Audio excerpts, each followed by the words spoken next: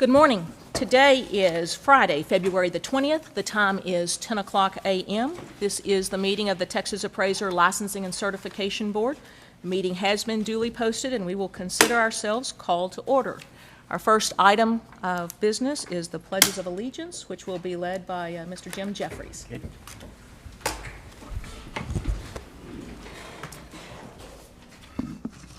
Pledge allegiance to the flag of the United States of America and to the republic for which it stands, one nation, under God, indivisible, with liberty and justice for all. Now the Texas Pledge. Honor the Texas flag. I pledge allegiance to thee, Texas, one state, under God, one and indivisible.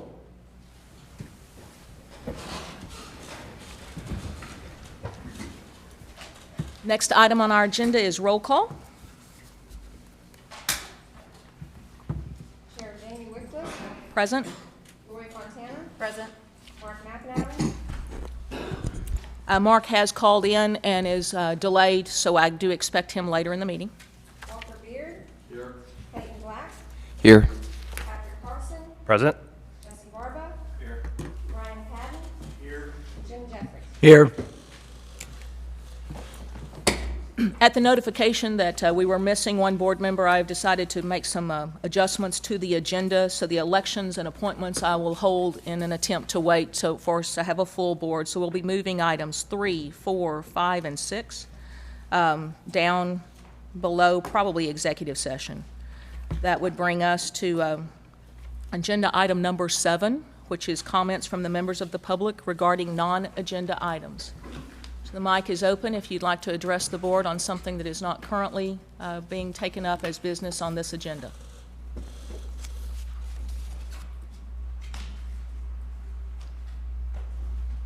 Seeing and hearing none, we will move to a next item, which is essentially some recognition that's not listed on your agenda, but the opportunity for us to recognize and appreciate the service of a longstanding staff member. So if I could ask Mr. McComb, can you meet Mr. Oldmixon and I down front, please, sir?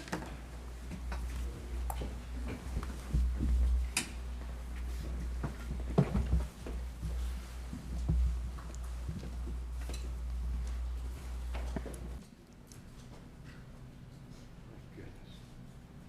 didn't know this. Well, we would never want the opportunity to pass to appreciate longstanding service of a state employee, and one of your tenure certainly causes us to especially appreciate your service. Jack's been with us about 14 years, and rumor has it he's going to try and escape from us. So wanted to be sure that we take the public opportunity to say how much we appreciate you. Well, I appreciate that. Thank you. It's always with a mixed sense of both pride and regret that we have a member of our team, especially a long-standing member, retire from state service. But Jack has been, well, he was the first full-time investigator that was hired by the board. We had some part-time folks, and he was the first full-time investigator, and so kind of the dean of our investigative corps. And we're happy that Jack has found other things to do with his life, although we do certainly appreciate all the years of dedicated service here, and I know that you're responsible for training many of the folks who came behind, and so in that special way, your legacy will live on here. But Jack, thank you so much for your years of service. Hey, thank you.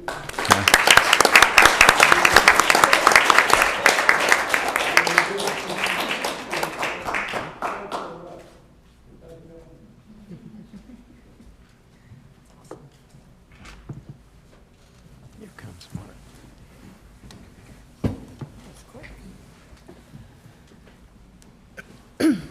In light of the fact that I see my missing board member arriving at 10:05, I will now rearrange the agenda to You'll have to take that up with the commissioner. You can try, would be my guess. Welcome, Mr. McAnally. We appreciate you making diligent effort, because we knew that we expected you to be a few minutes late, and we were going to accommodate that as best we could.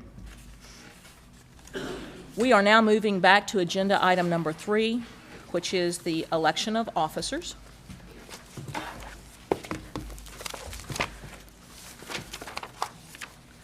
So in our previous meeting on November the 21st, 2014, a slate of officers was approved by the board, that slate being Chair Jamie Wycliffe, Vice Chair Lori Fontana, Secretary Mark McAnally.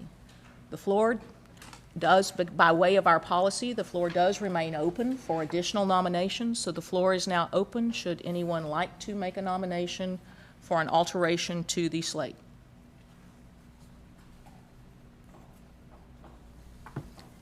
Hearing none, then the floor is open for the election of officers.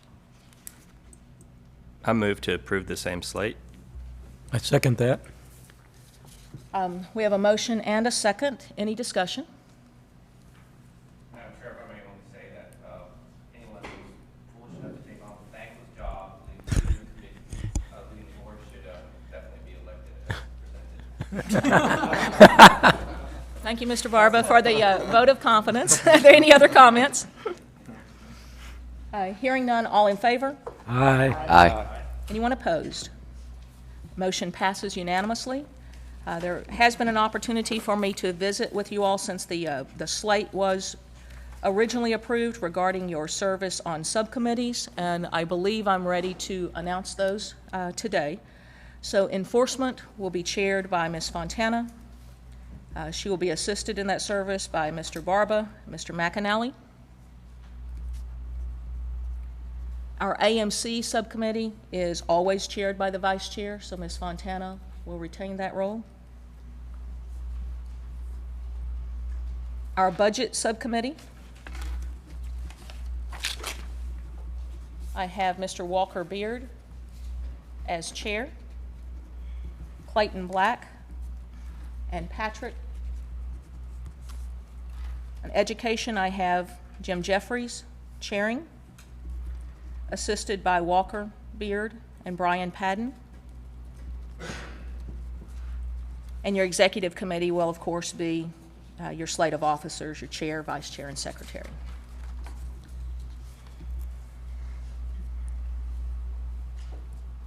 Does anyone desire to give up the service that I talked to you about?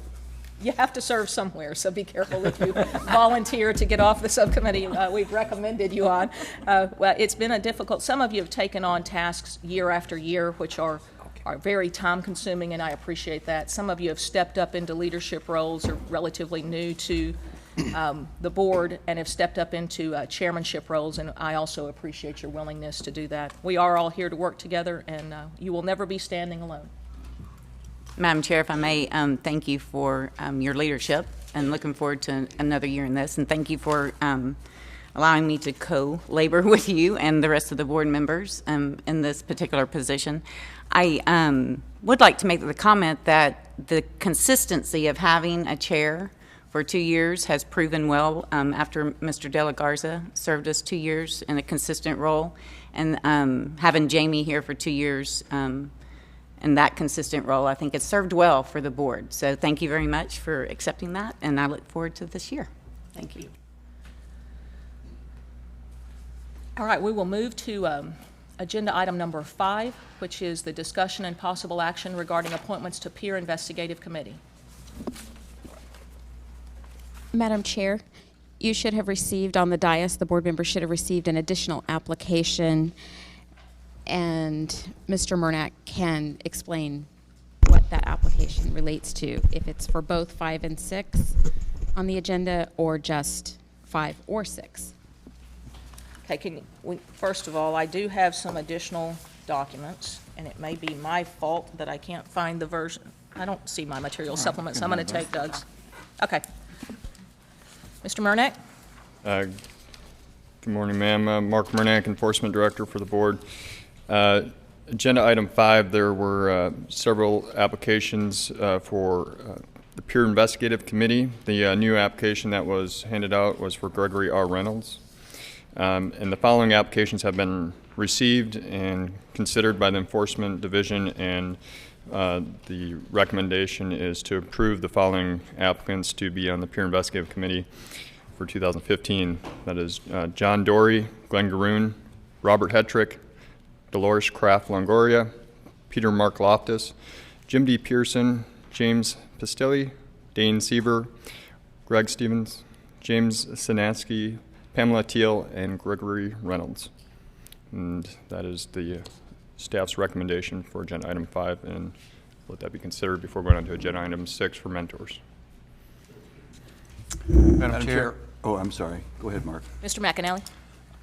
I move that we accept staff recommendation on agenda item number 5. I have a motion. Is there a second? Second. Mr. Beard? I had a question on this chart. When we have, some of the names have a grayed out area and a 0, and then some of them have a, like, declined the assignment. And I'm wondering, I just was wondering, like, okay, for instance, we have like Dolores. She had zeros all the way across and then a -2. Does that mean she declined to because it was a conflict of interest, or? Means she is in the negative. No. What that means is the gray box means that they did not serve in that year. Oh, they just didn't serve. Prior years you'll see that the PIC members had completed more because we had a bigger caseload, and as you know, we moved in 2014 and 13, our caseload was down, so there weren't as many files to try and get out. Though I tried to get one out, at least one out per PIC member for the fiscal year. And where there are decline, that's often due to competency issues or PIC member preference. Some PIC members prefer only commercial or agricultural or whatnot, and so if we try and match something to their interest or their geographic competency or whatever, and if we can't, then they may decline it, and that would be the reason for the decline. Red.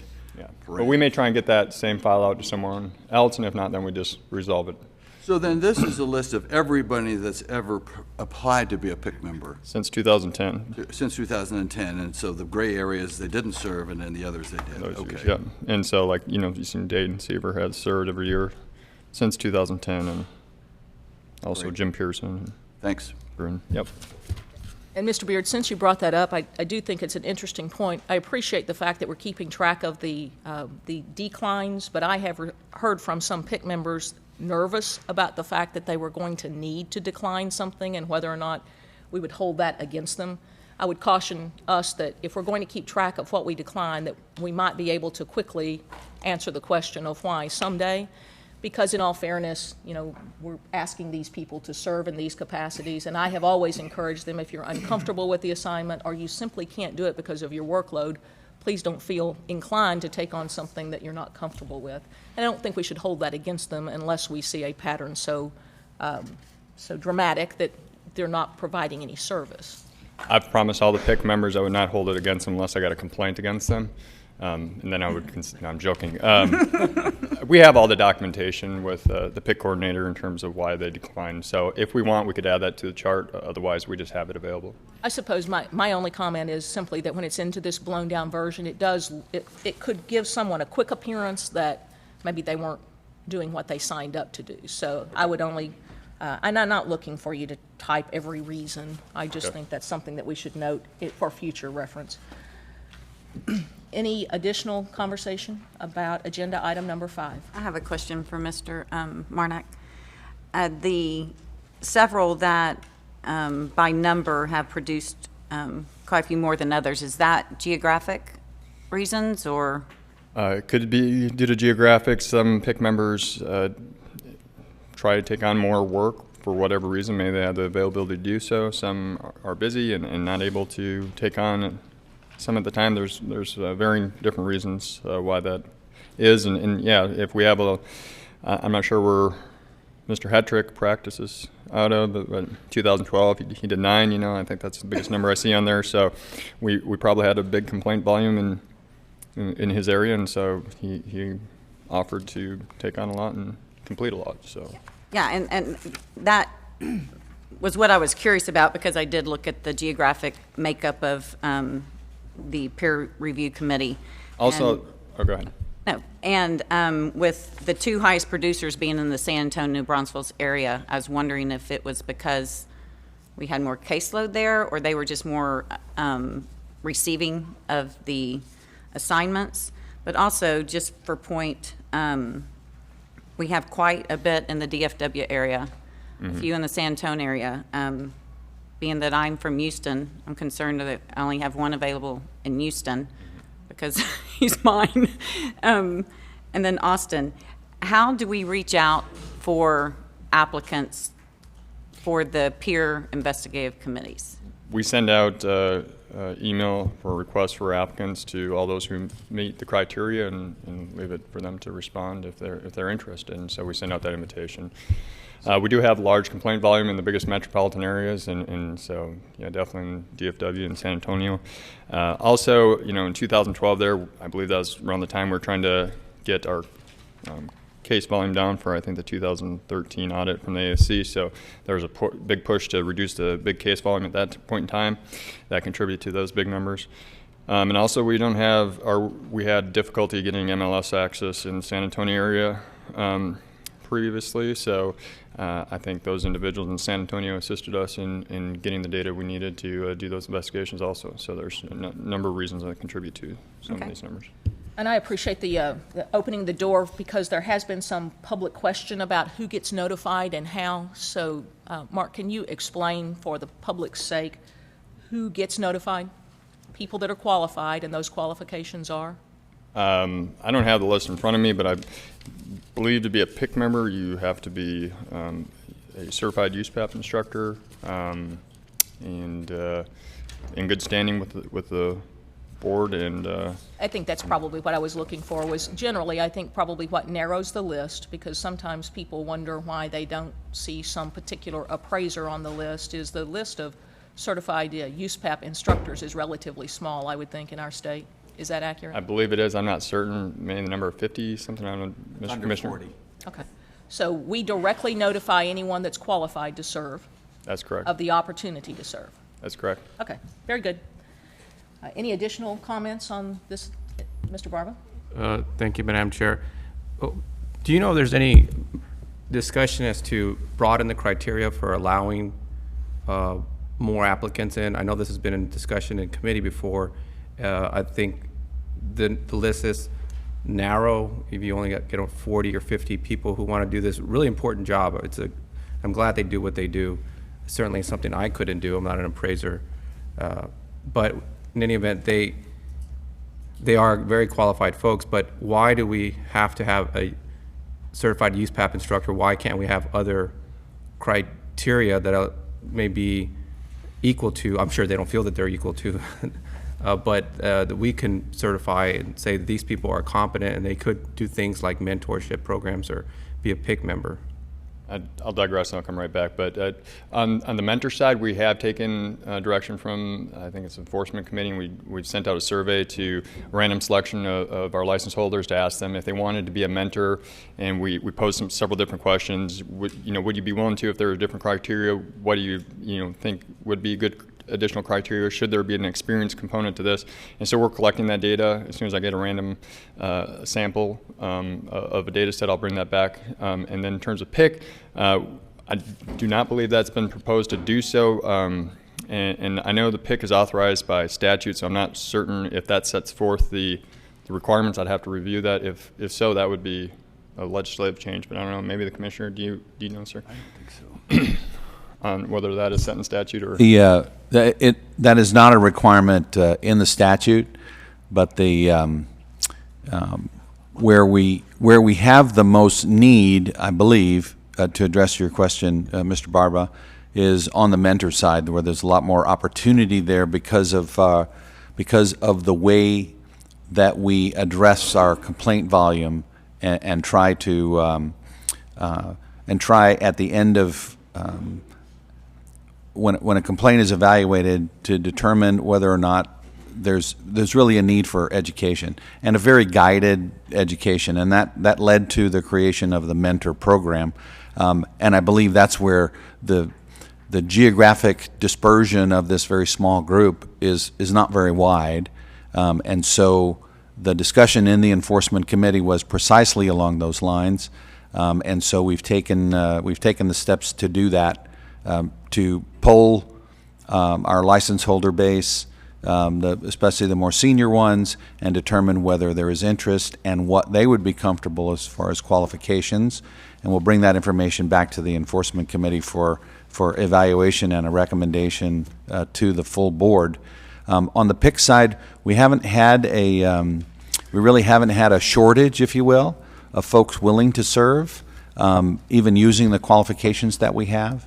And since it is it's the more technical and less pedagogical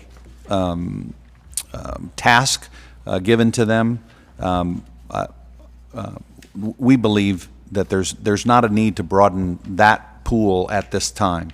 But certainly on the mentor side, we understand that that there is there's a need for a greater geographic dispersion of qualified mentors. Thank you, Commissioner. I appreciate the list. I'm sure I don't have a plan. I don't have any plans to vote against it by any means. It's just concerning to me from a policy standpoint, because appraisal services seems to be one of the most localized things you can do. I mean, you're talking about a distinct and a unique piece of property, and people who can evaluate that property most familiar with the area would be those from the area. And it would be odd for me to look at a committee of folks to say, these are the people who can educate, are the only qualified ones to educate in the state of Texas, and they all happen to be from Central Texas or maybe the DFW area, one person from the Woodlands.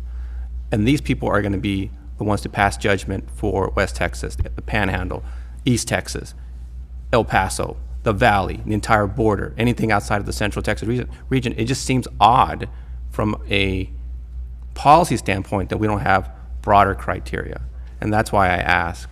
But again, I appreciate what the commissioner said. I appreciate the vetting process, and as far as I know, just to summarize, in the Valley, I don't think we have any USPAP certified instructor. I hear in El Paso only maybe 1 or 2 people can do it. So there aren't even that many people who would qualify to serve on these distinctive advisory roles unless we broaden that criteria. Not to disagree with anything you said, but to clarify one point of what you said in terms of policy of whether or not there's additional criteria or different criteria for peer investigative committee members who assist us in investigating cases and resolving them.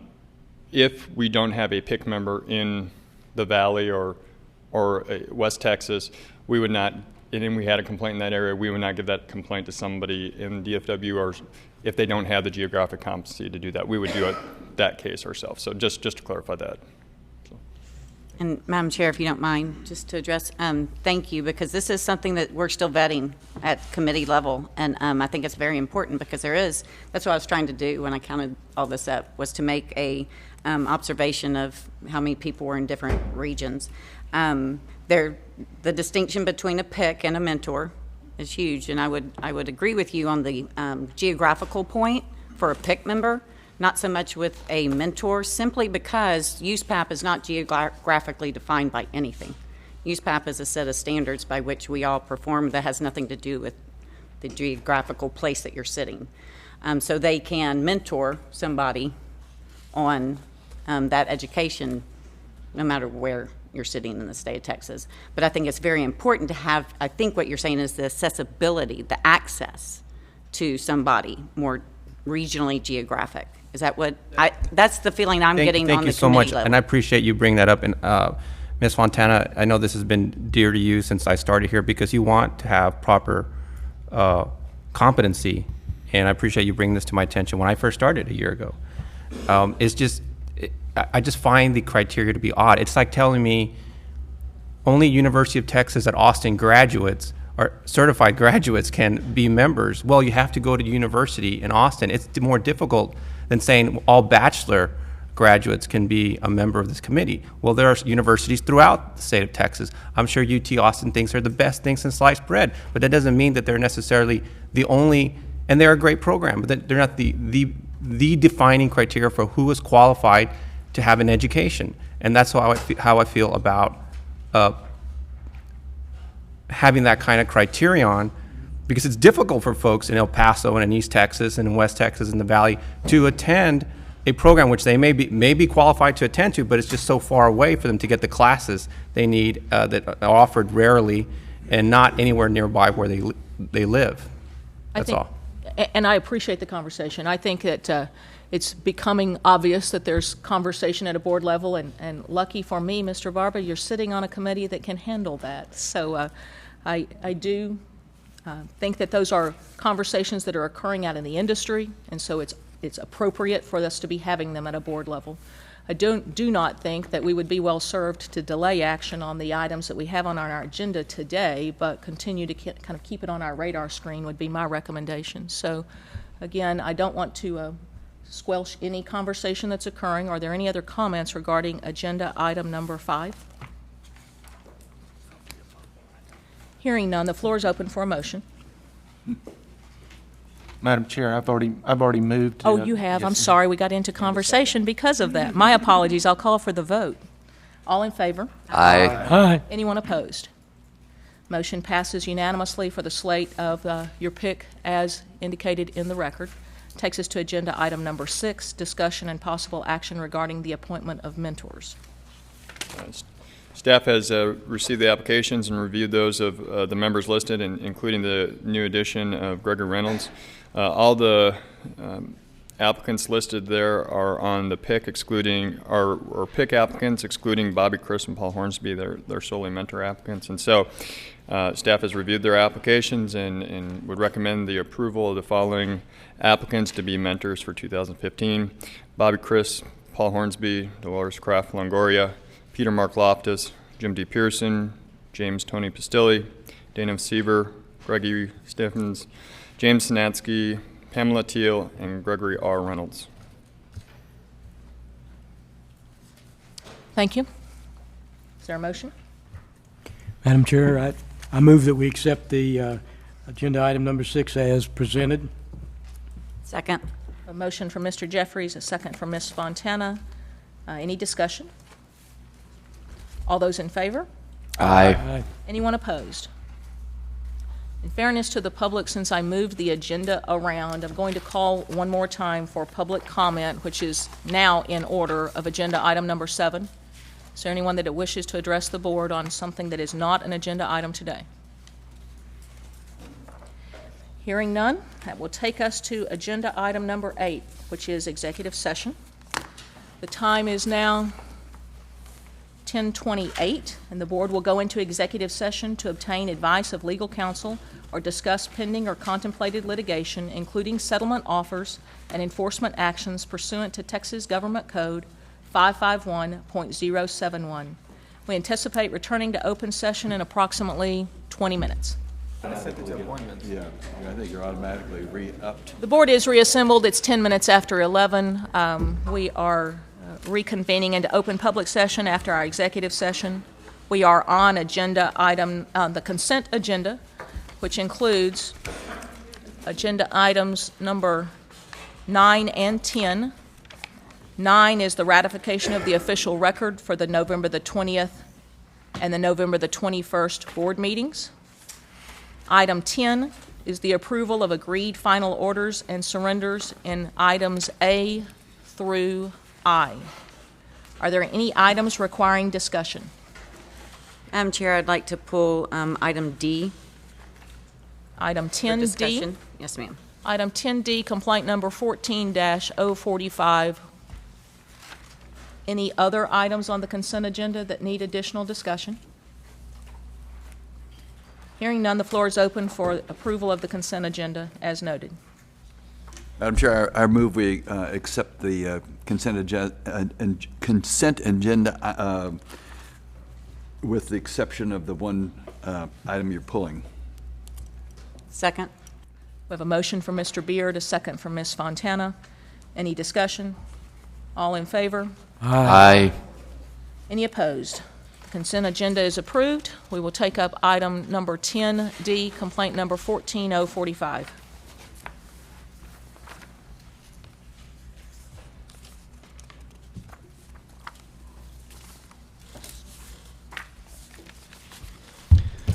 Good morning, board members. Troy Bollier, staff attorney.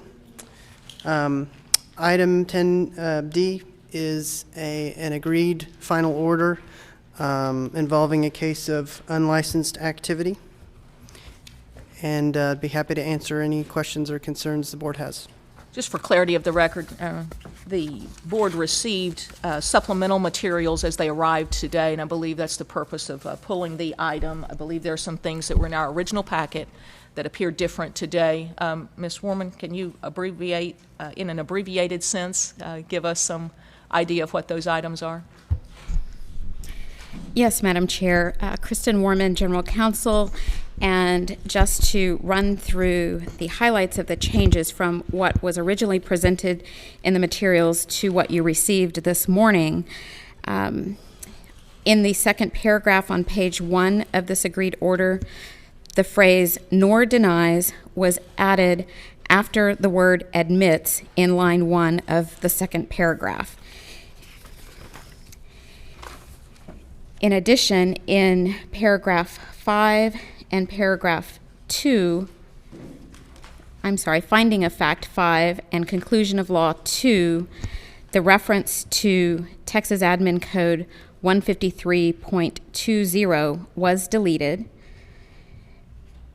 Under the heading of order, paragraph 2 was rewritten. Paragraph 4 was deleted. And then under the heading acknowledgement and waiver on page 3 of the agreed final order, in the fourth paragraph under the heading acknowledgement and waiver, the sentence, "I admit that the findings of fact and conclusions of law contained herein are correct," has been deleted. There is one additional change that is recommended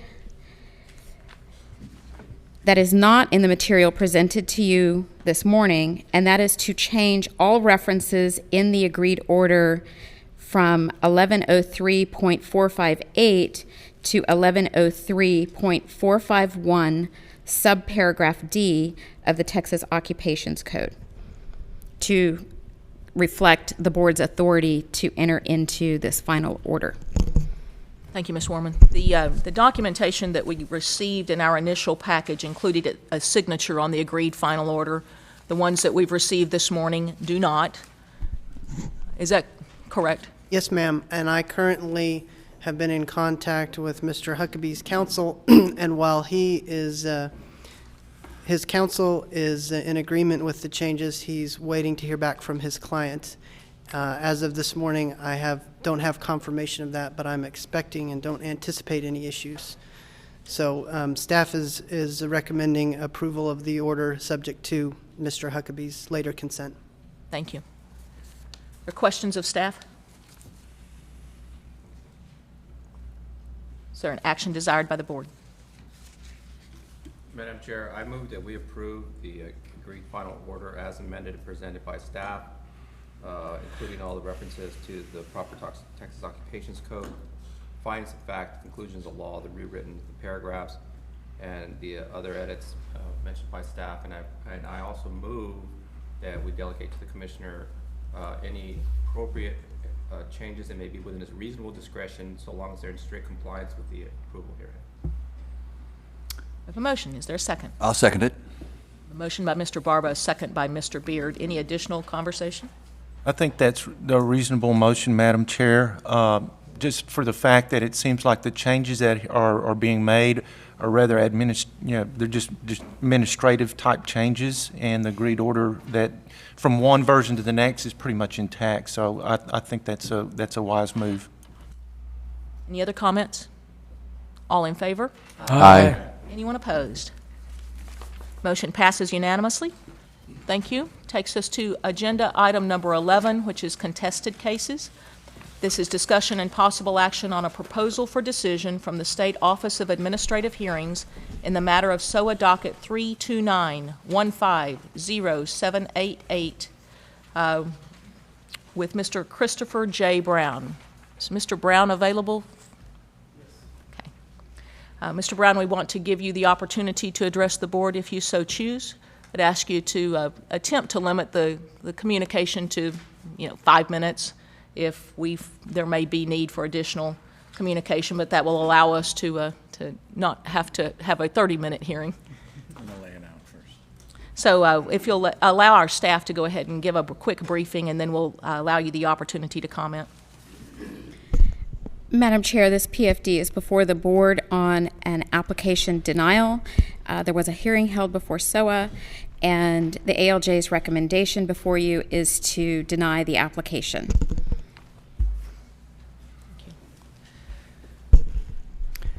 Good morning, board members. Troy Bollier, staff attorney. As Warman indicated, this is an application denial, and after a hearing at which Mr. Brown and staff participated, the administrative law judge did recommend upholding the denial. You can see from your materials from a copy of the proposal for decision. In particular, I believe this begins on pages 148 and 149, that the judge found, after hearing evidence and testimony, a variety of USPAP violations, consistent with what the investigation, the audit revealed. And based on that, as you'll see on the following page, the judge is recommending that the denial be affirmed. And that's what staff is asking here today. Thank you. Are there questions of staff? Mr. Brown, we'll give you an opportunity to comment. Good morning, board members. I'm not prepared to. I really wasn't going to make any comments as far as the outcome of the hearing, other than I probably shouldn't have tried to represent myself. I probably should have hired an attorney. But I really came here today to just make a brief comment about what I went through to try to become an appraiser. I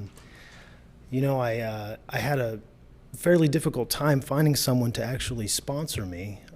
It seems a lot of appraisers are leery of taking on trainees, I've noticed.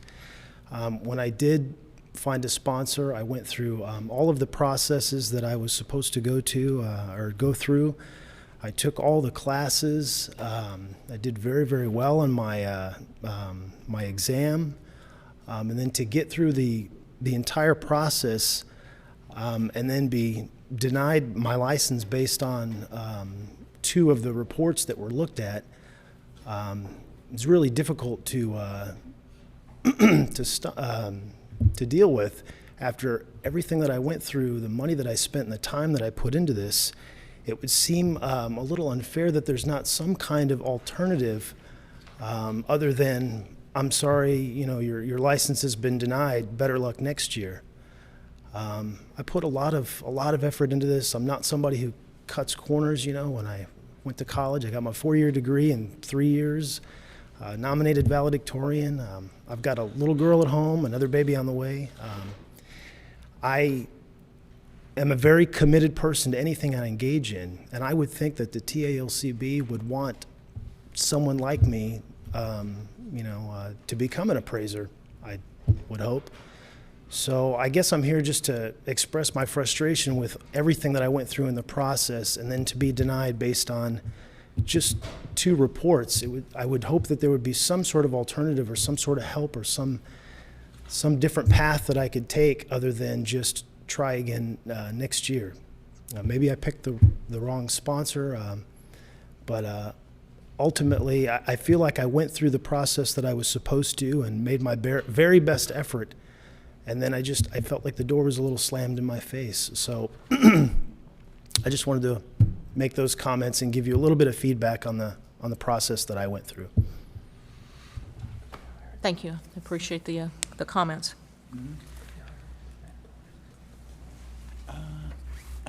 Board members, I'd be happy to address any questions or concerns.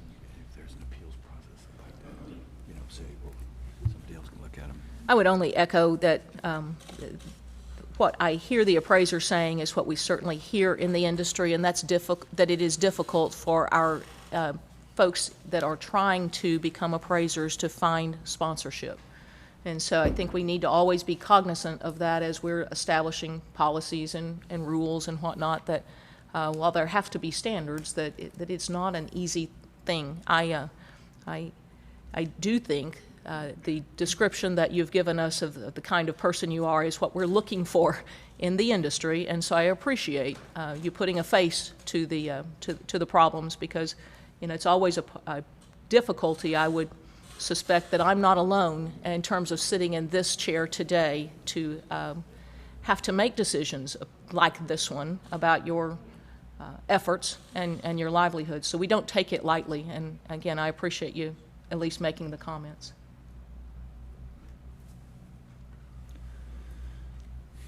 Floor is open for action, or you're welcome to address any questions or concerns you have to either the party or the staff.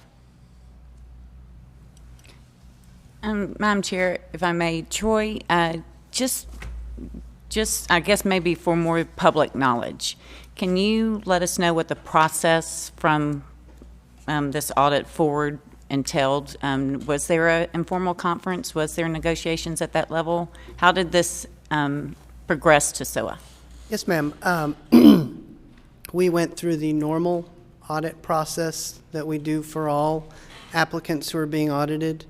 The investigator randomly selected two sample work product that was reviewed and determined to have serious and significant USPAP deficiencies.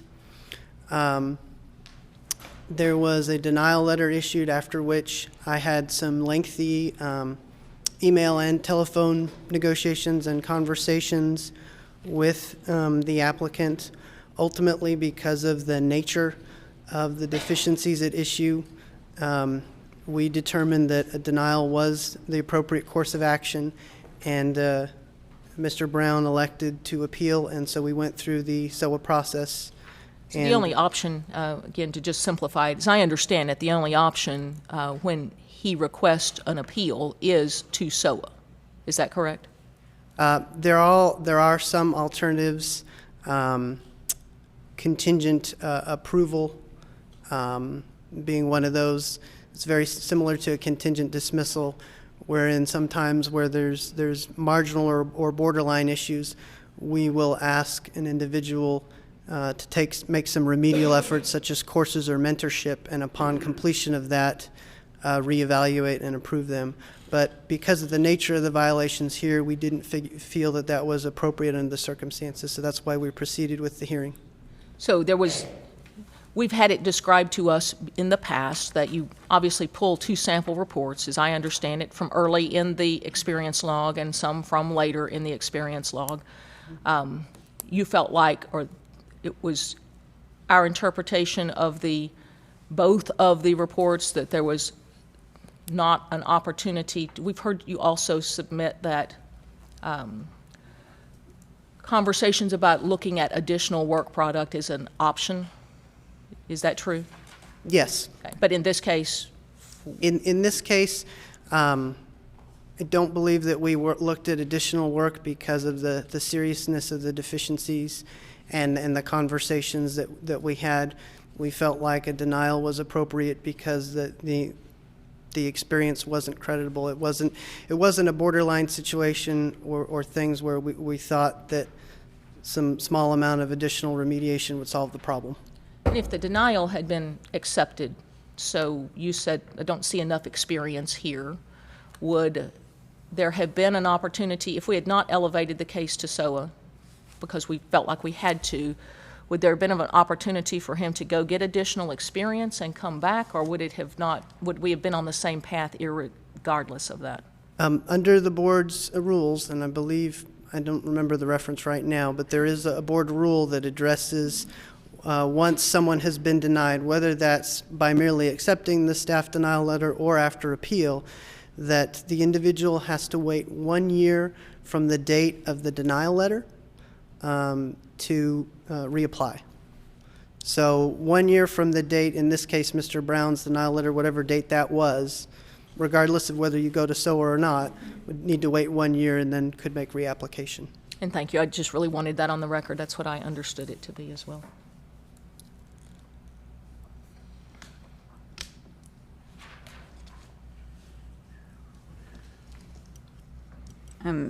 Just out of curiosity, Mr. Brown, you approached the front of the room. Was there something else that you wanted to say in regards to Mr.? I had one other quick comment, if you'll hear it. It is, one of the frustrating parts about it is, the reports that they looked at, they're looking at reports that I'm doing during my training process. If you're training, how can you be prepared to be, if I haven't gone through the whole training process and have taken the classes and done the test, how could I be fully prepared to, I think the report in the beginning of the training process, ultimately my sponsor is looking over things and responsible for those things. I'm still learning. So it's hard I can't come up with a perfect report in the beginning of my training process because I haven't gone through all the training process yet. So that was I just wanted to make that point, that was a little bit of frustrating thing about it is I haven't yet completed the entire training process, and therefore I don't know how that I can be expected to produce a perfect report. I can tell you that by the end of my training, I felt very confident about my abilities, and I also very much understand the competency rule. I'm not going to accept assignments that I don't feel like I can handle based on what I've gone through and what I've trained on. So I just wanted to make that other comment. Thank you. And I would like to support you in the fact that I've never seen anywhere in USPAP that says that we have to produce a perfect report. So I concur. That I don't think that exists. I don't think I've ever produced one. And I'd also like to just to support you, make some observations. Gosh, fair. That's a big word. Raising 2 adult children, I've had that conversation a lot. And it's not. I mean, I just don't think that fair is a word that we can really put into every situation. I will make notice, though, of some points that the ALJ did have in her findings of fact that I hope at least could maybe make you feel that you were seen and heard. They did say that staff did not establish that Mr. Brown attempted to obtain a license through misrepresentation. And she did say that Mr. Brown established his trustworthiness, honesty, and integrity. So just to affirm that part, I'd like to put that out there. Is there...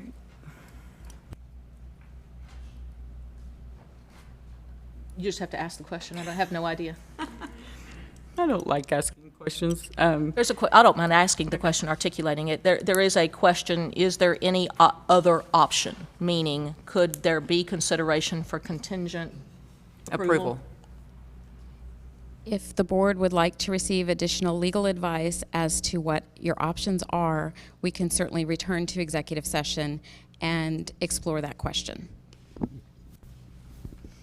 Is that the desire of the board? I would like to. Yeah. Okay, so it is now 11:36, and 11:32, and we will reconvene in executive session for advice from legal counsel. The time is now 12:42. The board is essentially reassembled from executive session. I am missing 2 board members at the moment. I expect them to be returning to the room shortly. So are there any questions of staff as a result of the executive session?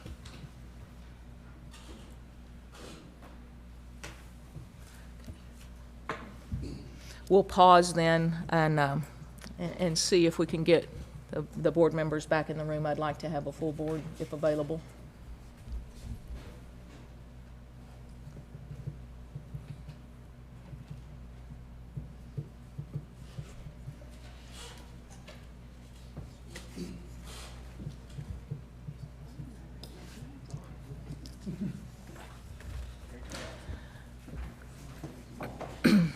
Mr. Barba has returned, and I did get notification from the absent board member that they were going to have to leave sometime around 1. It's possible that he has exited, so we'll go ahead and continue with agenda item number 11, which is discussion and possible action on the SOA docket number 329150788. Madam Chair, Yes, sir. if I could add just one additional thing, when Mr. Brown was speaking before the board went into executive session, I wanted to make sure it was clear that we did have extensive testimony and discussion at the hearing regarding what properties were selected in terms of the chronology, and that properties very near to the end of his log, I think within a couple of months, were in fact selected. And just in general, I guess to summarize the staff's position is, I think the best summary is on those 2 pages I showed you earlier on 148 and 49, that, it is, the enforcement division's job basically to protect the public. And based on what we evaluated and then the hearing, we have concerns when you read the types of violations that basically someone who has problems with the sales approach, the cost approach, analyzing market conditions, prior sales of the property, are substantial enough that we think the application should be denied. Thank you. And thank you for the clarification on when the reports were pulled. We had asked for that information, so it's good that the record reflect that we did have an early and a late report in the review. Madam Chair?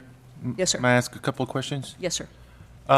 Troy, we were told, but I just want to verify with you that the denial letter sent to Mr. Brown was on July the 7th of 2014? That's correct. I checked the file, and that's accurate. So with the 1 year measure after a denial, he could apply or reapply again July 8th of 2015? Yes, sir. Thank you.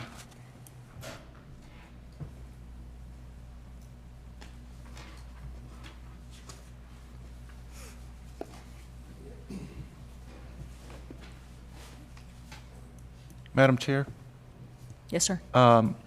could we ask Mr. Brown some questions? Certainly. Mr. Brown?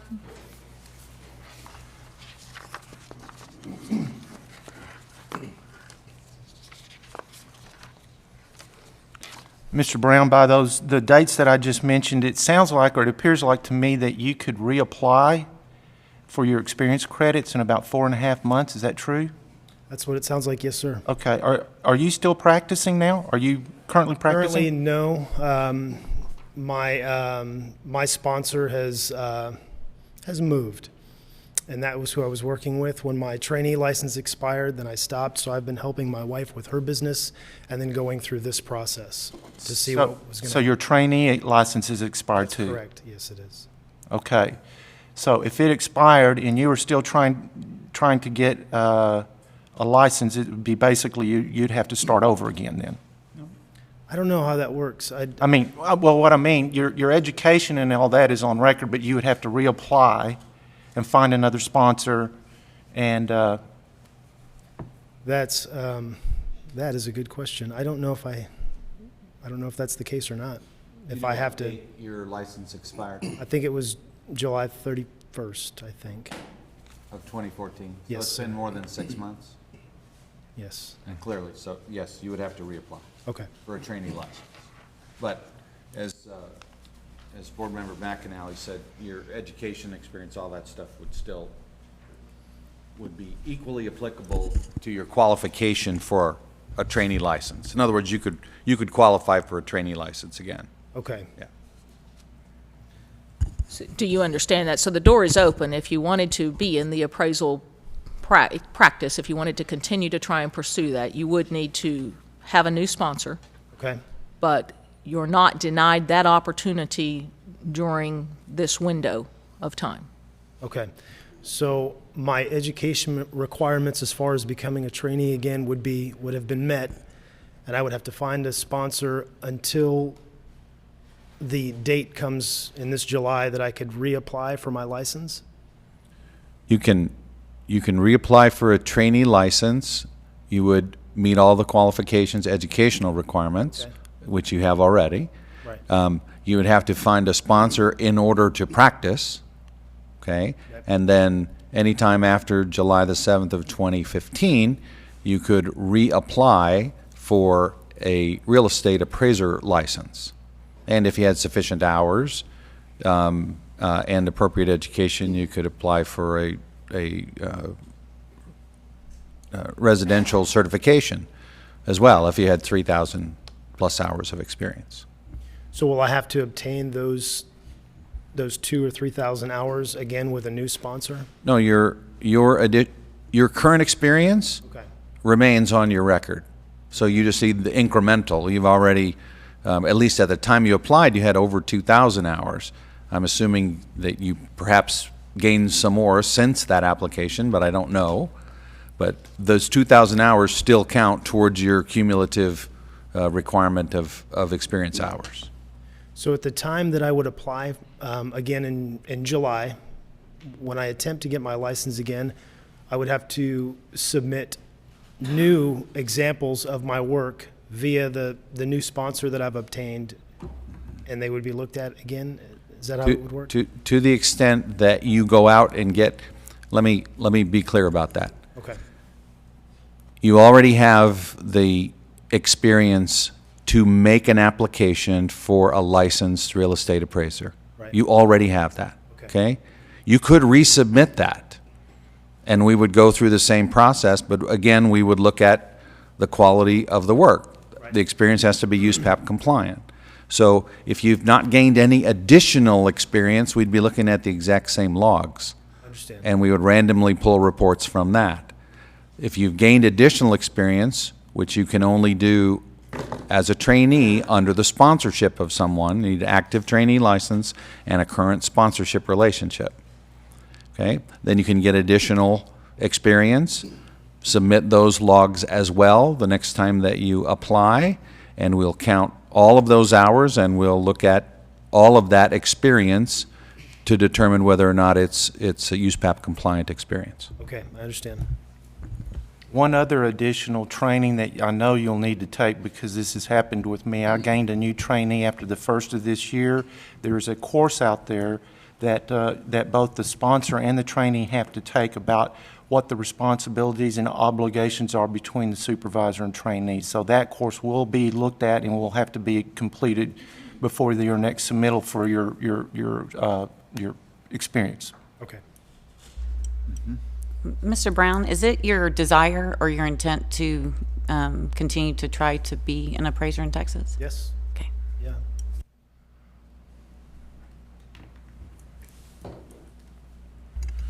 Mr. Brown, I appreciate your being here today. I appreciate you wanting to be an appraiser. I think we should have more people like you. I've examined a lot of the information that was submitted. I think that you're a wonderful applicant, but there may be some deficiencies with the application of your knowledge, and you have a great amount of knowledge, and it's apparently well kept, but the application of that knowledge may be part of your trouble. And my hope is that if you decide to continue to be an appraiser, which again I would like for you to be, I think the industry can use a lot of folks like you. I'm glad you're here today. Is to make use of a good sponsor. So maybe not having the past sponsor and maybe getting a different sponsor, this may be a blessing in disguise.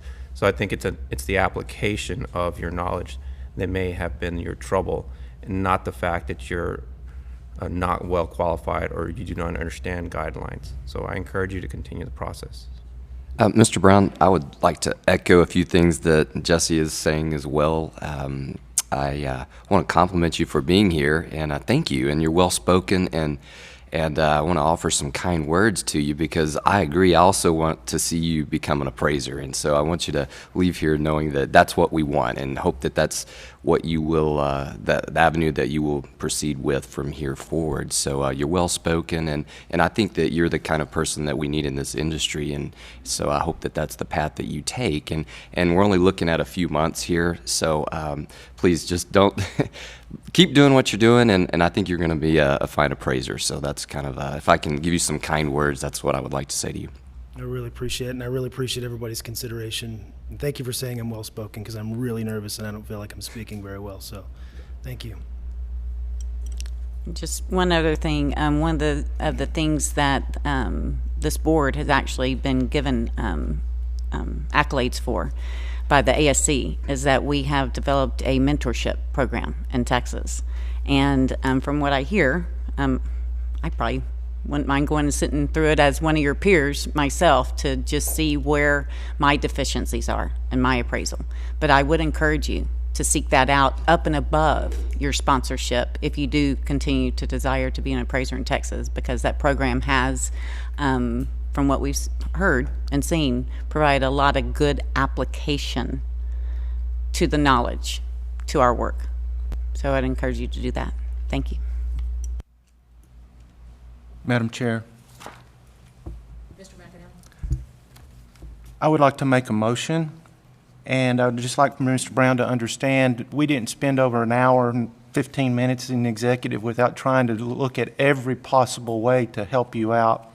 But asking you if you're still certified, excuse me, if you're still a trainee and you're not, I think that the best route for Mr. Brown is that I move that we accept the ALJ's decision that does not prohibit him from continuing forward on all the matters that we just discussed. And it really doesn't pull him back any further by accepting the administrative law judge's proposal. Second. A motion by Mr. McAnally, second by Mr. Black. Is there any additional discussion? All in favor? Aye. Anyone opposed? Motion passes unanimously. That was heavy lifting, so we'll move to agenda item number 12, report by the AMC Advisory Committee. The AMC Advisory Committee met on, December the 12th. Sorry. I'm just noticing something in here. There's the same report date. December the 12th, 2014. In attendance were the committee members, myself, Chair, Sarah Oates, and also we had another board member, Jesse Barba, that attended the committee meeting. The committee, by staff also, and no public attendees. The committee pretty much was continuing its discussions on the process and the format of the AMC compliance audits, and that's a big task.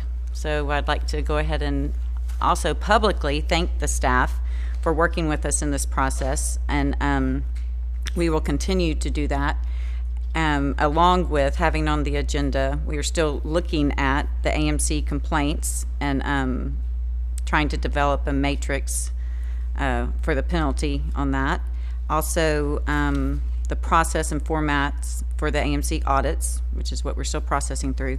And we still have on the agenda reviewing the definition of scope of review and the TALCB Rule 159.155. After that meeting, we did call another meeting that was held on February the 12th, 2015. Also in attendance were myself, committee member Sarah Oates, and Lawrence McNamara. Jesse Barbara, board member, also attended that meeting, and we just progressed through the same discussion and the process on the process and formats of the AMC compliant audits. And thank you very much. Thank you. Thank you for your work. Any questions of AMC, or of your AMC subcommittee? If not, we will move to agenda item number 13, staff reports.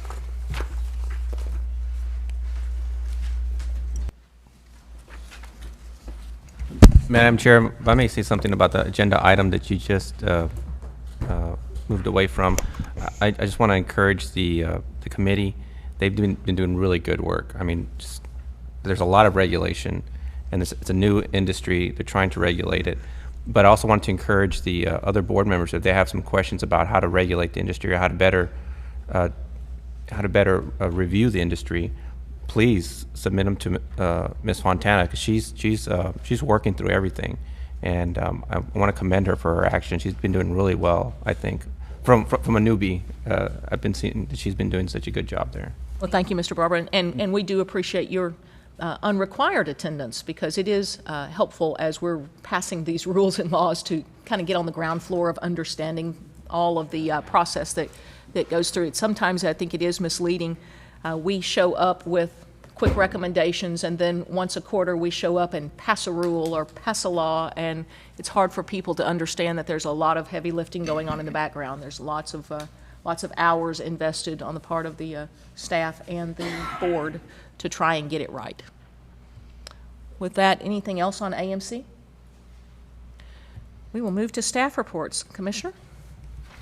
Commissioner Doug Oldmixon, thank you to the board members for your continued service to Texas. As the chair just so fleetingly noted, sometimes it is very heavy lifting. And so we really do appreciate each member who's stepped forward to serve in a leadership capacity, and for those who will serve on the various committees and as liaisons to the advisory groups, where so much of the productive work of this body gets done. Your staff is grateful for the enhanced commitment that you each make to ensure that the work of the agency is accomplished in a highly professional manner, and we commit to you to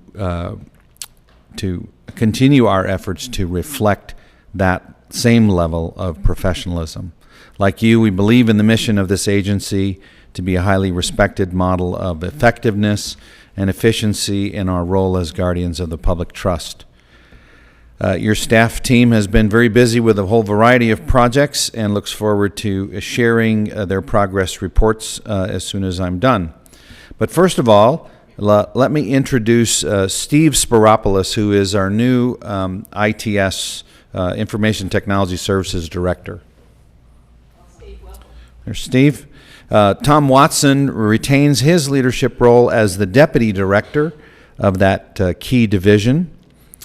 Steve is no stranger to the agency, having been the company's lead programmer for Iron Data on our conversion to the Versa database. We welcome his leadership as we look to ramp up the rollout of new capabilities for our license holders to receive more automated services from the agency, including our new website. Speaking of which, since yesterday at 3 p.m., the board's new website is active. At the end of today's meeting, there'll be a review of the new website and some of its enhanced features, and all are welcome to stay and observe. There, however, will not be popcorn this time. Jenny Tidwell, our assigned policy manager from the appraisal subcommittee, will be here to visit us on March the 12th. This biennial visit is done in the off year between the formal audit visits, and that's primarily due to the large number of license holders in Texas. So we are a priority for continued compliance. They want to make sure that there's been no backsliding since we received our stellar report last year. Since the legislature is in session, we will, of course, monitor all bills of interest to the agency and its operations, especially the Chapter 1103 cleanup bill that we expect to be filed very soon. We have worked closely with the Foundation Appraiser Coalition of Texas to ensure that the bill contains all of the elements that you decided were important during your workshop last November. A little more on legislative topics will be reported later in the meeting. Spring promises continued advancement of the AMC Advisory Committee's important work and convening of the Budget Committee to begin its annual work of ensuring that our finances remain sound. April will bring the spring meeting of the Association of Appraiser Regulatory Officials, which both Kristen, your general counsel, and Mark, the director of enforcement, will attend, as well as the Level 2 investigator training sponsored by the Appraisal Foundation, which both Kyle, our enforcement attorney, and Kristen will also attend. I just also wanted to report to you so that you hear it from me and not from someone else, that our KView, a local television station, investigative reporter, who was here over a year ago, reporting on a follow-up to essentially a complaint that an appraiser had given an erroneous appraisal. We had worked through that process, but the homeowner had called the local media, and there was a report, as you recall, a broker, real estate broker who's active in that particular neighborhood, came and spoke to the board about the issues and made a recommendation that that perhaps it might be good public policy to create a public record of all appraisals done by all appraisers, so that it would be easy to find who did what appraisal on what property. I tried to dissuade him that was probably not a good public policy in the sense that even real estate transactions in Texas, all of those specifics those are private transactions, although there's a public element to recording them. Whether or not you had to borrow money or how much money you borrowed and all of those kinds of things. Those are private transactions. In Texas, there's not mandatory disclosure, and so I felt that mandatory disclosure in a public forum of all appraisal work done by every appraiser was probably not an element of public policy that we believe that our policymakers would get behind. He also wanted to follow up on that original story. Another appraiser of a property in that same neighborhood was complained about at that time, although we were only given an address and an approximate date. Needless to say, the staff does their due diligence as they're required to do, and went above and beyond, found by subpoenaing the records, researching the records to determine, yes, in fact, the mortgage had been filed, subpoenaing the records of the mortgage company. We actually we got a copy of the appraisal and the appraiser, reviewed the appraisal, had some, there was a very modest disciplinary outcome to that. It was a second offense for that particular appraiser. All of that, of course, is part of the board's public record, but it was of significant interest enough for this gentleman to follow up. And so Wednesday, I sat down with him for about a half an hour. And so if you see my face on television, hopefully I have represented the board well and not embarrassed you.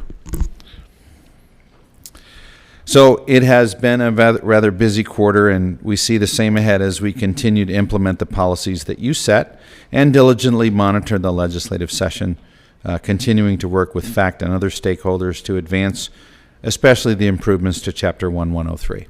I would be happy to answer any questions you have for me. Otherwise, the division directors will present their regular quarterly update reports now.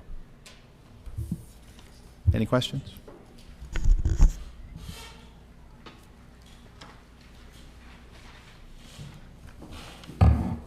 Good afternoon. Lori Deanda, Director of Reception and Communication Services.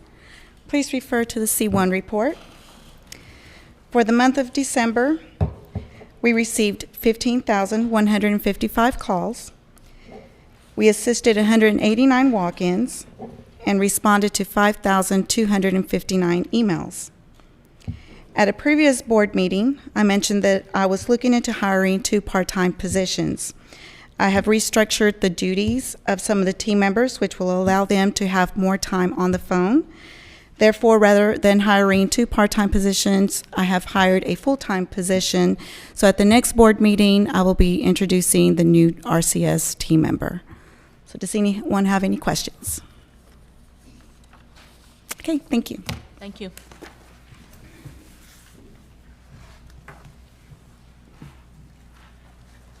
Good afternoon. Gwen Jackson, Director of Education and Licensing Services. I'd like to first present to you our Education Manager, Jennifer Wheeler. Jennifer was hired as Education Manager in December after Margarita White's retirement. She spent several years in the ELS division, where she was first hired as a TALCB licensed specialist. For the past couple of years, she's worked diligently as liaison with the TALCB Education Subcommittee, as well as with the TREC Education Standards Advisory Committee and the Inspector Education Committee. Many of you already know her and have had the pleasure of working with her in her education-related capacities. We're pleased to have Jennifer as our education manager and have welcomed her to her new role. Please refer to the first report, which provides the number of active certifications and licenses. In December, there were a total of 6,038. There were 807 temporary out-of-state appraisers and 145 inactive appraisers. While there's been no significant increase or decrease in our total number of active certifications and licenses, you'll see that movement is reflected in the various appraiser license types as they've upgraded from one type of license or certification to another in anticipation of the changes that went into effect January 1. If there are no questions on this report, we can move to the next report, which is the report on the AMC appraisal management registrations. The report that's in your handout is for the month of December. We were able to provide a January report for the AMC Advisory Committee, but was unable to get that one into your meeting materials. So I'll give you an update for January numbers if you don't mind. We had a total number of 6 AMC registrations that were issued between September and the end of December. 9 AMCs have renewed since September, which brings us to a grand total now of 200 as of the end of January. That's my question. Yes. Thank you. The next report is the L1 report. And this report shows a slight decrease in our total number of original applications received compared with that of December 2013. Again, here we see movement in the type of applications received as appraisers upgrade from appraiser trainee to state license to certified residential or certified general. There's an 8.5% increase in timely renewals and an 11% increase in reinstatement applications. The next report shows the year-to-date exam results, which shows that 161 appraiser examinations were taken from September through December. The pass rates are provided there for your review. The examination results for the month of December are also provided there at the bottom. 75 examinations were taken in the month of December alone, which is almost half of the 161 total of exam candidates from the months of September through December. The fiscal year-to-date comparisons show that the overall appraiser pass rate is 55.9% or almost 56%, which is a 5% decrease from the 61% pass rate that we had in December of 2013. If there are no questions, that concludes my report. Thank you. Thank you, Ms. Jackson.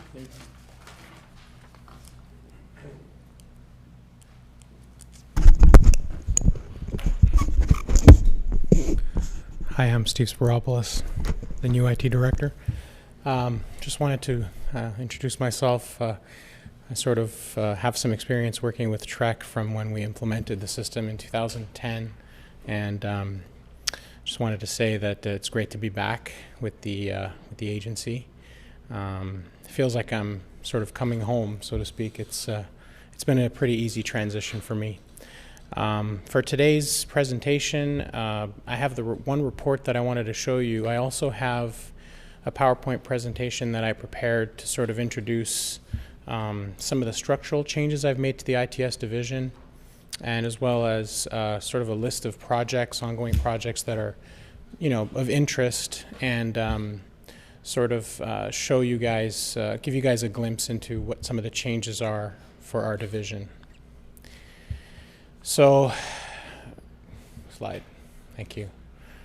So we have some newcomers to the team. The first one is Phil Green. He's going to be our infrastructure and support manager. It's right there.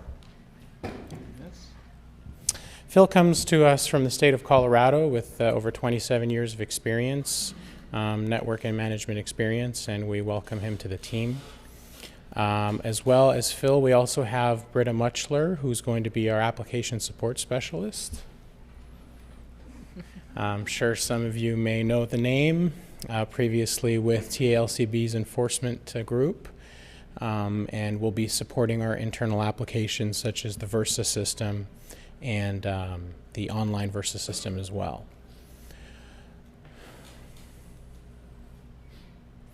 So we have a vision and mission statement that I sort of got together with the team leadership and we came up with. Our vision is to provide effective, timely service to the agency, find technological solutions to meet those needs. And then our mission statement is to become a more efficient division with less emergency issues and more stability overall. I think this, these concepts, we sort of need a refresher on those. Sometimes it's good to take a look at that and kind of remember why we're here, what our purpose is. And so this page has been printed and is installed for all of the ITS members in their cubicles, so in their offices as well. Wanted to share that with you. For our projects for the calendar year 2015, we have, of course, the TALCB website, which launched yesterday to our great, we're greatly happy about that. We will continue to perfect it as we get more and more feedback from the public and from other sources to make it, to improve upon the content and all that stuff. So that's going to continue for another couple of months, and then we will move on to the other project for the website, which is the Trek website. In the meantime, we have some other projects that we're going to be working on this year. There's some changes to the interface between our systems and DPS and FBI. There's the Versa upgrade, which will allow us to have more functionality both on the online system and in the back office system. That upgrade should be complete in September. And then we have, of course, PC refresh, changing out the old computers, and infrastructure and email upgrades. So those are our main projects for the year. Slide. Thank you. There has also been a restructuring in the team, in the ITS division as well. There's going to be two teams, support team and infrastructure support, desktop support, which will be run by Phil Green, and then Tom Watson will assume the role of delivery manager or project manager, so that we have a separation between what we're actually delivering in terms of new functionality and new projects, and then supporting the existing applications. This is to gain efficiencies, really, throughout the division. Go ahead. So tools for success, this was something I put together. We want to improve our service levels. Those are some of the ways to do that. We've, started doing some cross-training as well so that all the individuals sort of have a backup and, when they leave, if they're on vacation or if they're ill, we have someone that has the same knowledge, and that's in place. And then, of course, we're doing the team building workshops. We had our first workshop in the beginning of February, and it was a great success. All right, now we'll move over to the report, which is the I-1, I believe. Yeah. So this report shows the number of hits on our website versus the prior 3 months for the last fiscal year. There's been an increase there, and there have been increases in applications as well. If nobody has any questions on this, I'm just going to mention that the fact that we are now hosting a new website we expect with that change to see an increase on this report for the next board meeting. Okay, so if we see a jump, it's partially the fact that our appraiser, community is visiting our site, and partially the fact that the Trek community wants to get a glimpse of what the future looks for them. Okay, so that's going to be explained that way. Any questions on the I-1 report? No, but it's nice for us to be ahead of them every once in a while, as rare as it happens. I can understand that, yes. Thank you. I don't have any questions, Steve, but I would like to make some comments. Sure. Welcome. Thank you. Very impressed as my second job of a life coach. I love the fact that you built in the mission statement and redefined the purpose and everything. I commend you on that. I, of course, think that's a great tool for any business and or entity. I'm pulling up my web application of our site. It looks great. Thank you. I have been out in the field or somewhere without my PC or my laptop and needed to access the website, and this is going to be a lot easier, it looks like, and much more concise. So I appreciate work. Welcome. I will most definitely pass those comments on to the team that worked very hard for this. Please do. Thanks. Thank you. Steve? Yes, sir. Do me a favor? Yes, sir. Would you send me that PowerPoint as an attachment to an email? Yes. Thanks. Thank you. Thank you. Thank you.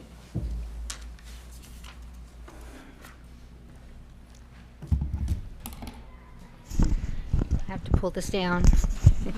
These tall people. All right. Hi, I'm Melissa Huerta. I'm Director of Staff and Support Services. And before I start my presentation, I have two new employees in the Staff and Support Division. One of them is here, and his name is Glenn Trammell. And Glenn joined Trek on January 26th, and he's our Human Resource Generalist. He recently retired from active duty after spending 28 years in the United States Army. He has an extensive leadership and human resource experience through his military assignments. And in his free time, he enjoys scuba and taking motorcycle trips along the Texas back roads with his wife, Nima. So that's Glenn. And some of you may have known Sandy Jones. She was our purchaser with the agency. She retired back in February. Well, I'm glad to say that Sandy came back in December after a short retirement, and so she's back at Trek as our purchaser, so I'm happy to have her back.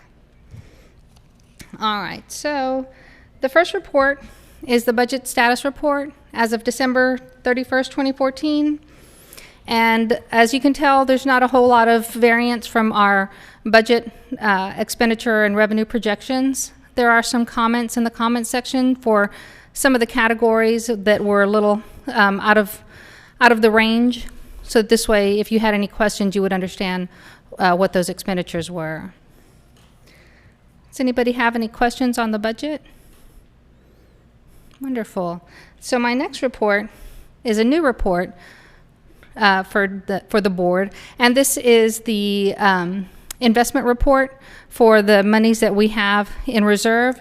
So you can see on this report that we purchased 3 investments, and they're maturing at different times so that they're laddered, and the investments were made in compliance with the board's investment policy. So we'll be giving you this report every quarter. Does anybody have any questions on the investment report? Wonderful. Thank you very much. Thank you.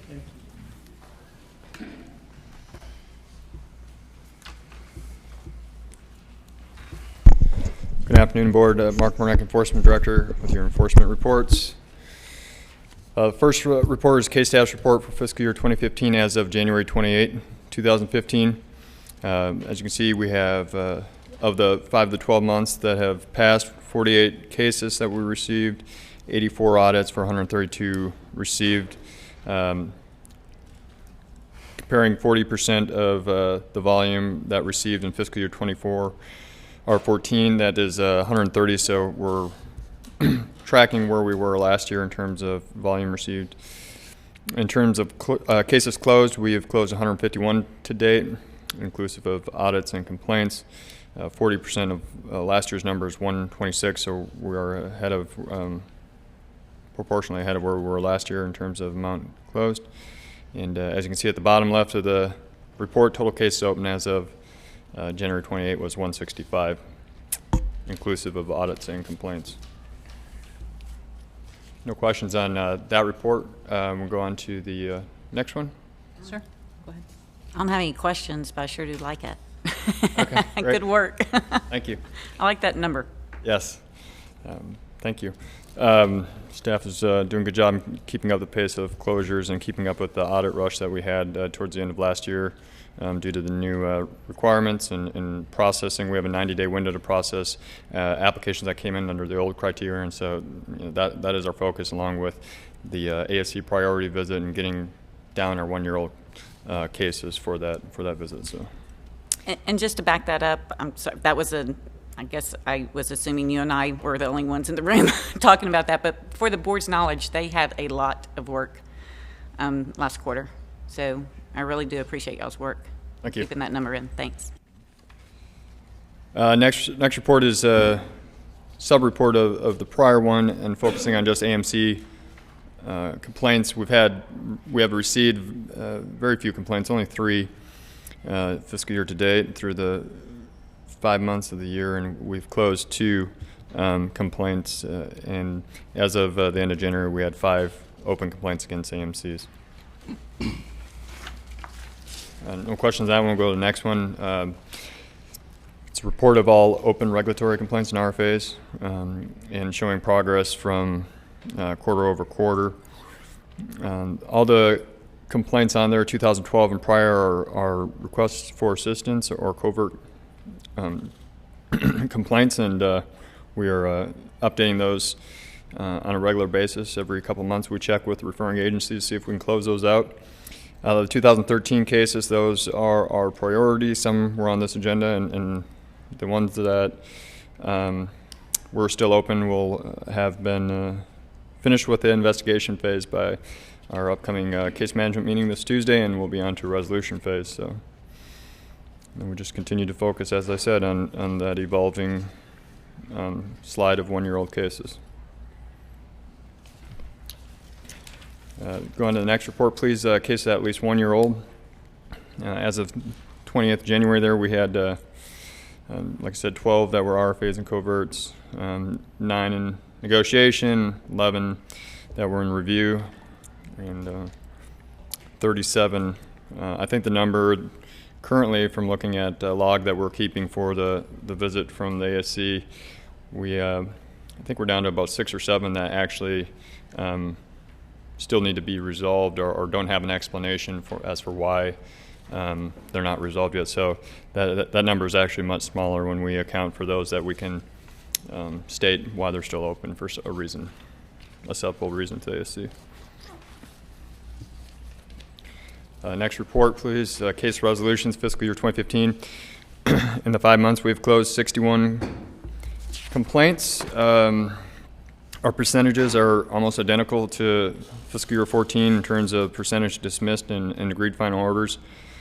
So we're ensuring the integrity of our enforcement efforts stay. And again, that's dependent on the nature of the complaints, but historical averages and performance measures are there to account for that and track that, and it appears we're staying on target from where we have been in the past in terms of how we resolve cases.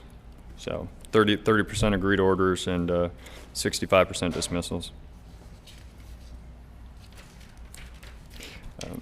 No question. Go on next report, disciplinary actions for 2015. We had 21 disciplinary actions. Of that, 90%, 19 were resulting in agreed final orders. That's down about 3% from last year. And cases going to SOA and notice alleged violations, which are in-house default processing, are up 3% between the 2 of those. Looking over to the right on the disciplinary recidivism, the distinct respondents, those who have not had a prior complaint resolved against them in the prior 2 years, is up 10%, where the repeat offenders is down 10%. So I think that's relatively a good sign. Perhaps mentorship and some of these other efforts that we try to implement are paying off. Mark, could you tell me again what the distinct respondents? Yeah, so this report comes from a performance measure report that we used to report to the legislature, and it tracks anybody that's had a complaint within the prior 2 years would be a repeat offender, and if they have not had a prior complaint resolved against them in the prior 2 years, they would be a distinct offender or a new person. Non-repeat. Not repeat. They're non-repeat. They're first-time offenders. Okay. A non-frequent flyer, somebody new. Okay, so that's where we are on recidivism rates. We can go to the next one, to complaint sources. We added some new colors on here to give you a nice visual display, change it up a little bit. But 48 total complaints in that 5-month period. AMC 9, that's the same as where we were in fiscal year 14. Consumers, that's 58% of the total there, and at this time last year compared to fiscal year 14, that's up 8%. Staff initiated is 4, that's less than 1% of our complaint volume there. No questions on that one, or comments on the color schematics. We'll go on to next report, license and respondents with complaints and disciplinary actions. This one is also showing a slight trend down so far, of about 1.4% down on the number of respondents with resolved complaints, and about 0.5% down on the respondents with disciplinary actions. So those that have complaints that ultimately result in discipline. Going on next, report enforcement case trends. As discussed, the complaint volume has trended down for the past couple of years, and comparative, still close to a comparison of last year. 40% of fiscal year 14 is 63 received and 66 resolved, so we're staying consistent with our resolution rate. I'm sure we won't run out of work. There will likely be complaints, and I read articles through Appraisal Institute of mortgage fraud ticker being up and stuff like that, which can be indicative of increased complaint volume. So it's possible that we'll see more complaints in the future. Number of complaints received, next report, and this is just looking at the license type, and has been consistent every time presented in that certified residential appraisers account for our largest complaint volume. Many reasons for that, but most notably, I would say it stems from the prior report where you saw our largest complainant type is consumers. So value concerns and confusion over the appraisal process and whatnot results in a lot of complaints against them. So if there's no other questions, that's my reports. All right. Thank you. Thank you, Madam Chair. Can I ask one question? Just a global question for me personally. Most of the complaints are coming from consumers, and I would expect consumers to make complaints because they're consumers and they just want some people are just doing frivolous complaints. But AMC complaints, I think we talked about this before. They're required to report their infractions if they find something through an audit process or something, right? So that's what we're seeing there. The number 9. 9. Not all those complaints are complaints from an AMC. Is that what you're getting at? Yeah, it says the AMC 9 complaint. Yeah. So all 9 of those coming from AMCs is because they're auditing or they're doing work within. Yeah, they're complaints against AMCs, and I would think a very small fraction of that, if any, are from AMCs. They're more against AMCs from other people. So yes, AMCs do have, under our statutory, under Chapter 1104 and federal requirement, Dodd-Frank, they have to report certain violations that they find. These complaints are against the AMCs themselves, and they kind of run the gauntlet from pay issues to using people that are not on, appraisers that are not on their panel. So they might come from an appraiser, they might come from... Are we talking about the same slide? I'm talking about this slide right here. Yes. Complaint sources. Complaint source. Oh, okay. I thought you were referring to the 9 from AMCs. Yes, those are likely. I mean, I'm just guessing without reviewing all those, but for one reason or another, they file a complaint, whether it's due to their mandatory reporting requirements or not. So, but our complaint volume is typically pretty small from AMCs, AMCs. and against AMCs even smaller, but. I'm just curious, I would expect AMC complaints to be, would be a healthy number. I mean, just because they're supposed to be looking at stuff on a regular basis. I don't know, it's just something to keep an eye on. I think because as the AMC process continues on and we try to get them to, into certain statutory norms, I'd be curious to see if the complaints go up or they go down because they're vetting people better or they're vetting people worse. But I would still think there'd be a healthy number of complaints coming at AMCs just because it's natural to be reviewing their own people and seeing what they're doing. So, thank you. Thank you.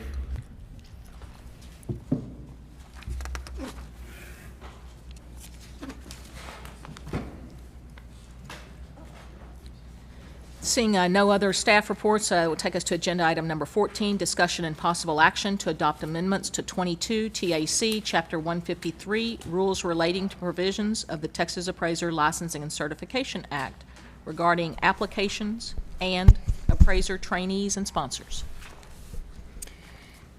Madam Chair, on agenda item 14A, this proposed amendment is before you to amend Rule 153.9 applications. This amendment authorizes the board to evaluate applications consistent with exceptions as authorized by the Appraiser Qualifications Board, or AQB, including the exception that was adopted by the AQB for service on active duty, and that was adopted October 21st, 2014. No comments were received on the proposed amendments as they were published in the Texas Register. Staff recommends adopting the rules as published. Thank you, Kristen. Are there questions?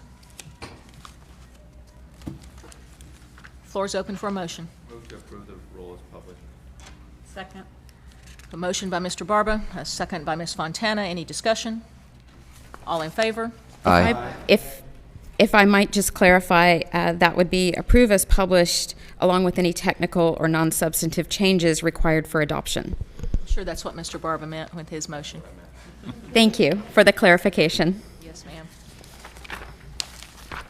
That takes us to agenda item number 15, discussion and possible action to propose amendments to 22 TAC 153.24, the complaint process. 14B. Sorry. Oh. I actually opened both agenda items earlier, so I assumed we were handling them both together, but we will go ahead and take actual official action on 14B, which is the new trainee program. Yes, 14B is the proposed amendment to Rule 153.21. This amendment would make this rule applicable to all appraiser trainees and sponsors and require all appraiser trainees and sponsors to take the appraiser trainee sponsor course within 4 years of their license renewal date. This rule or requirement will become effective for all license holders on September 1 of 2015 under the proposed amendment. No comments were received on the amendments as proposed, and staff recommends adopting the rules as published. Thank you. Madam Chair, Mr. Black. I move that we accept the proposed changes to the appraiser trainees sponsors as stated by staff. And just to clarify that staff is authorized to submit for adoption the amendments as published along with any technical or non-substantive changes as required for adoption. Yes, with everything just stated there as well. Thank you. I second the motion.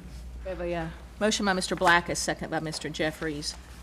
Any discussion? All those in favor? Aye. Anyone opposed? Motion passes unanimously. And now I will get us to agenda item number 15, which is a possible action to propose amendments to 22 TAC, the complaint processing. Madam Chair and board members, this amendment is being proposed to you today to correct a typographical error in Rule 153.24 that would align the rule with the board's statutory authority. In particular, if you waded through all of the rule, you might note that the only change is being made on page 190 at the bottom of the right-hand column to change the amount from $1,000 to $5,000. Staff recommends proposing the amendments as presented for publication in the Register. Madam Chair, Mr. McAnally? move the staff authorize on behalf of this board to submit amendments to 22 TAC 153.24 complaint processing is presented for publication and public comment to the Texas Register, along with any technical or non-substantive changes required for proposal. We learn well. I have a motion. Is there a second? I second the motion. Motion by Mr. McAnally, second by Mr. Jeffries. Any discussion? All in favor? Aye. Anyone opposed? That motion passes unanimously. It takes us to agenda item number 16, discussion and possible action on legislative matters. Madam Chair, I wanted the board to have the opportunity, well, we put this on there in the hopes, of course, that our bill would have been filed already. It is not yet filed. We're working closely with our sponsor. There are sponsors on both the House and the Senate side, and we worked with the sponsors to, and in fact, the trade association stakeholders to resolve all of the various issues. There were a few technical drafting issues, and so we expect that to come out and be filed very shortly. I'm happy to answer any questions that you might have. I know that really isn't, it's a progress report, but nothing definitive. And then I also wanted to give Tony Slagle, our government affairs specialist, an opportunity to talk about some other bills of potential interest that we're going to be monitoring. Just a few highlights, and you can ask him any questions about that as well.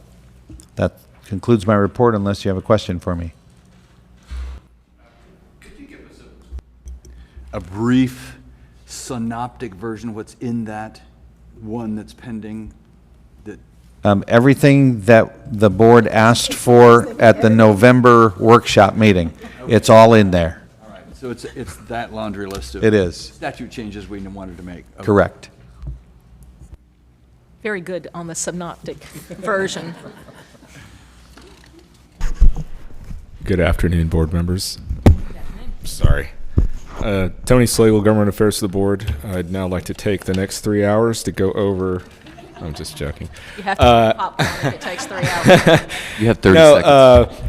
I just want to take this opportunity to talk about a couple of bills that we're monitoring outside of the housekeeping legislation once it's passed. We're looking at about 30 or so bills. A big portion of those are agency administrative bills dealing with employee or retirement issues that we monitor just because we need to in those aspects. There's also bills that have a broad enough caption that while they don't currently apply to us, we want to make sure that we're keeping track of them in case they at some point do apply to us, because the caption is broad enough to where they could house state agencies as well.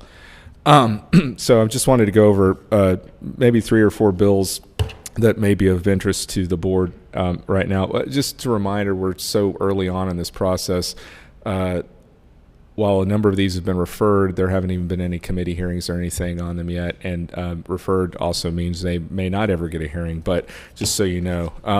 The first one is one of those bills I mentioned that speaks to being broad enough. The caption, it's currently requires that a county commissioner court or school districts broadcast their meetings on the web, and that they archive those meetings as well. We already do that, so if in fact that were to become a requirement, we're not mandated to do it. We do it as a matter of policy.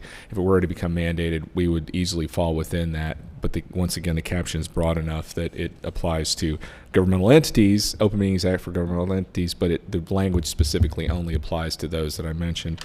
The next bill I'd like to highlight is HB 486 by Donna Howard. This currently, as government appointees, you guys have to file your financial statements with the Texas Ethics Commission. They hold on to those for, I believe, 2 years after you're off the board, and then they destroy them.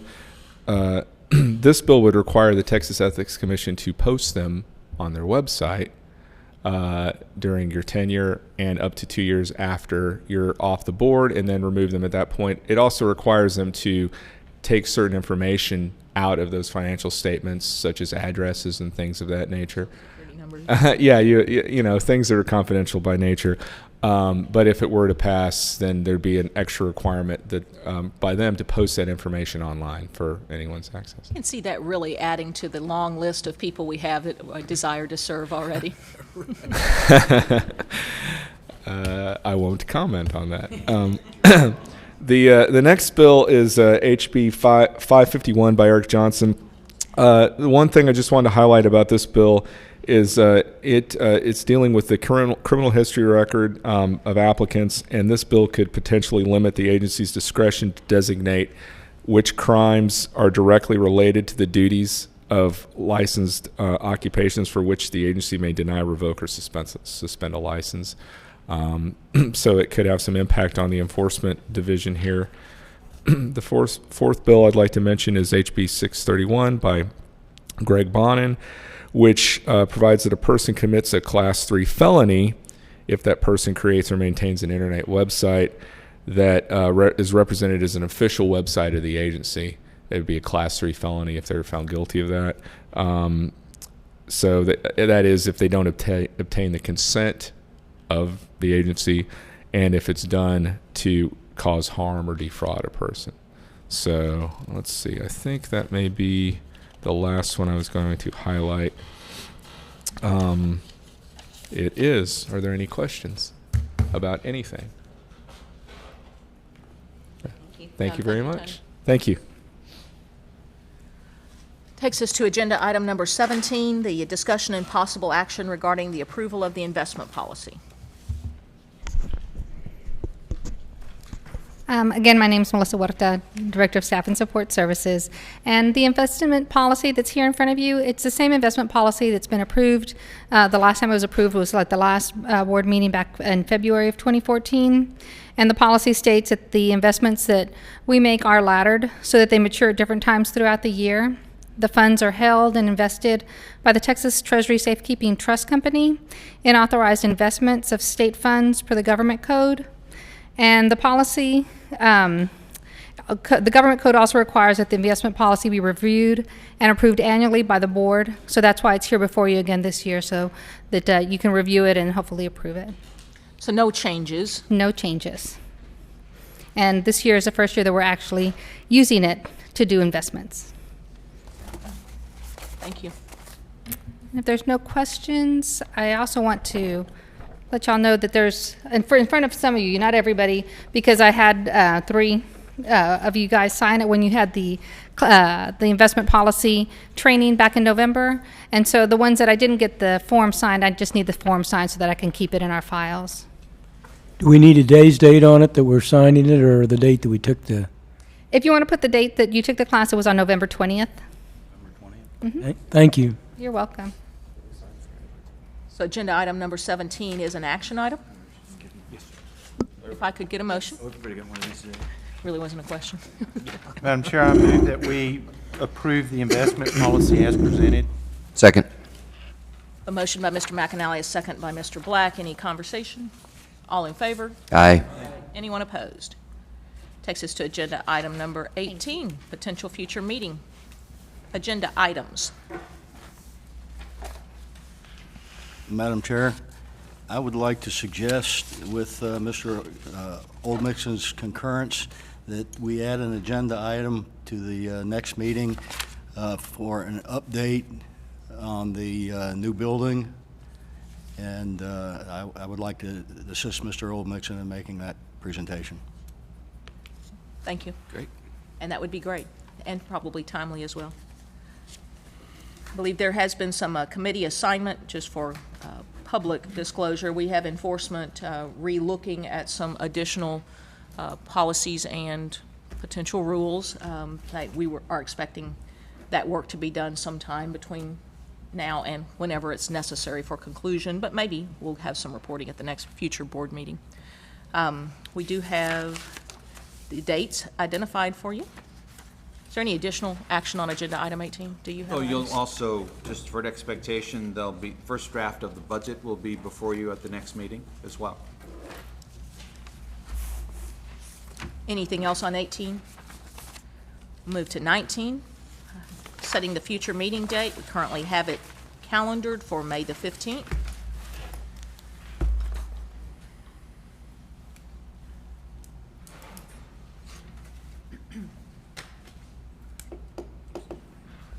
Yep, that works. Look good. Just FYI to my fellow board members, I tried a month ago and there's no rooms, at least at the price that I'm willing to pay. So I would just hop on if y'all are going to spend the night or y'all going to do a stayover that 14th or 15th to get on it, because I tried a month ago and there was nothing. Now, could we get staff to go ahead and reach out to those that normally travel, and let's go ahead and see if we can't secure those? Yep.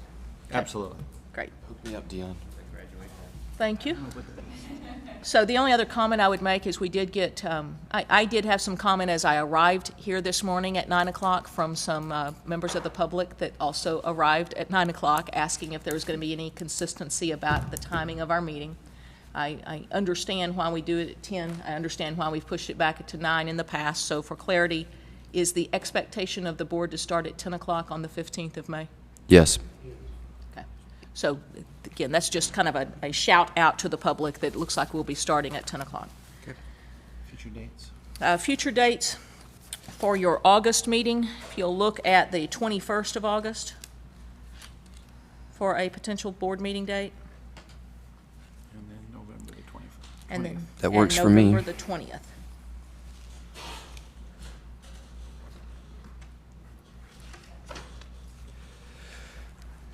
Looks good. Okay, set your calendars accordingly because we always look forward to your presence.